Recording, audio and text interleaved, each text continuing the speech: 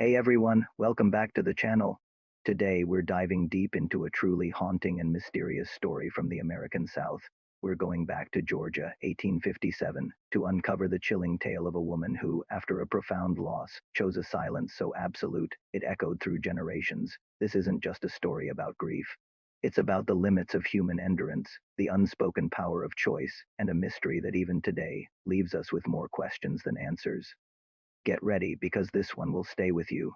Imagine the year 1857. The South is a land of sprawling plantations, complex social structures, and unspoken tensions. Our story centers around a prominent plantation owner and his wife, a woman known for her grace, her intelligence, and her vivacious spirit. Let's call her Eleanor, though her real name is lost to time, overshadowed by the events that followed. Eleanor was, by all accounts, deeply devoted to her husband. Their life from the outside seemed idyllic, a grand home, a respected position in society, and a future that seemed secure. But beneath the surface of this apparent tranquility, a tragedy was brewing, one that would irrevocably alter Eleanor's life and legacy. The details of her husband's death are murky, shrouded in the historical records that often favored brevity over detail, especially concerning the private sorrows of women. What we do know is that he died suddenly, unexpectedly. Perhaps it was an illness that swept through the community, a fever that stole him away in a matter of days, or perhaps it was an accident, a sudden fall, or a hunting mishap. Whatever the cause, his death was a brutal shock, a violent rupture in Eleanor's world. The community mourned with her, offering condolences, attempting to comfort the widow who now found herself adrift. But Eleanor didn't react as expected. There were no public lamentations, no dramatic outpourings of grief. Instead, she retreated, not just into her home, but into herself. The day after her husband's funeral, she simply stopped speaking. The servants, her remaining family, her close friends, they all tried to reach her. They spoke to her, pleaded with her, asked her what was wrong, but she offered no response. Not a word, not a whisper, not even a sound of agreement or dissent. Her eyes, once so full of life, now held a distant, unreadable expression. This wasn't a temporary state. Days turned into weeks, weeks into months, and months into years. Eleanor, the once vibrant mistress of the plantation, lived in complete, deliberate silence. She would carry out her daily duties, manage the household affairs, and interact with others through gestures, nods, or written notes when absolutely necessary.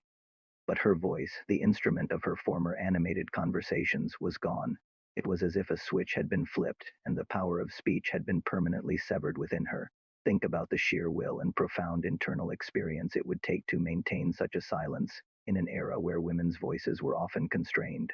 Eleanor's choice was a radical act of self possession, even if born from the deepest pain. Was it a protest? A form of spiritual penance? Or perhaps a shield against a world that suddenly felt too loud, too demanding, too full of reminders of what she had lost? The historical accounts don't tell us, and that's part of the enduring mystery. The community, initially perplexed, eventually grew accustomed to her silence. She became known as the Mute Mistress, a figure of quiet reverence and deep pity. Children would be told stories about her, their imaginations fueled by the enigma she presented. What did she think? What did she feel? What secrets did her silence hold? Did she regret her decision? Or was it for her a sanctuary, a quiet refuge from a world that had dealt her such a cruel blow? Her physical health, surprisingly, seemed unaffected. She continued to eat, sleep, and move about with a quiet dignity. Her silence wasn't a symptom of a physical ailment affecting her vocal cords. It was a profound psychological state, a conscious and sustained withdrawal from spoken communication. This wasn't merely trauma induced mutism, though grief was undoubtedly the catalyst. This was a sustained act of will, a personal vow taken in the face of insurmountable sorrow. Historians and psychologists today might offer various interpretations. Was it a form of selective mutism, a rare anxiety disorder often triggered by trauma? Or was it a more complex manifestation of complicated grief, where the pain becomes so overwhelming that the individual retreats into themselves as a coping mechanism? Some might even suggest it was a quiet rebellion, a way for Eleanor to reclaim agency in a life where she felt she had none left after her husband's sudden departure. Her silence became her voice, speaking volumes about her inner world without uttering a single sound. Her story forces us to confront uncomfortable questions about grief, loss, and the many ways humans cope with unbearable pain. How do we process the sudden void left by a loved one? How do we find our voice again when our world has been shattered? Eleanor's answer was not to speak, but to listen to the silent echoes of her own heart. She found a peculiar strength in her quietude, a power that resonated far beyond the confines of her plantation. The plantation itself continued to function, managed through her written instructions and the loyalty of her staff. But it must have been a profoundly different place, imbued with an atmosphere of quiet introspection.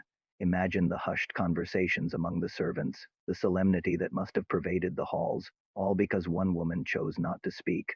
Her silence was a constant presence, a living monument to her love and her loss. Eleanor lived many more years in this profound silence. She watched seasons change, saw her family grow or perhaps dwindle, and witnessed the world around her evolve, all without ever breaking her vow. And when she finally passed away, many years after her husband, her secret went with her. No deathbed confession, no final word whispered, just the continuation of a silence that had defined the latter half of her life. Her legacy isn't just about a woman who stopped speaking. It's about the enduring power of human spirit, even in its most quiet and mysterious forms. It's about how sometimes the most profound statements are made without a single word. Eleanor's story reminds us that every person holds a universe of experiences within them, many of which remain unspoken, yet shape their entire existence. What do you think compelled Eleanor to such an extreme and unwavering choice? Was it a testament to her grief, a silent protest, or something else entirely? We may never know the full truth, but her story continues to captivate and challenge us. Thank you so much for joining me on this journey into history and mystery. If you found Eleanor's story as fascinating as I did, please give this video a thumbs up, share it with your friends, and don't forget to subscribe for more intriguing tales from the past. I'd love to hear your thoughts in the comments below. Stay curious, and I'll see you in the next one.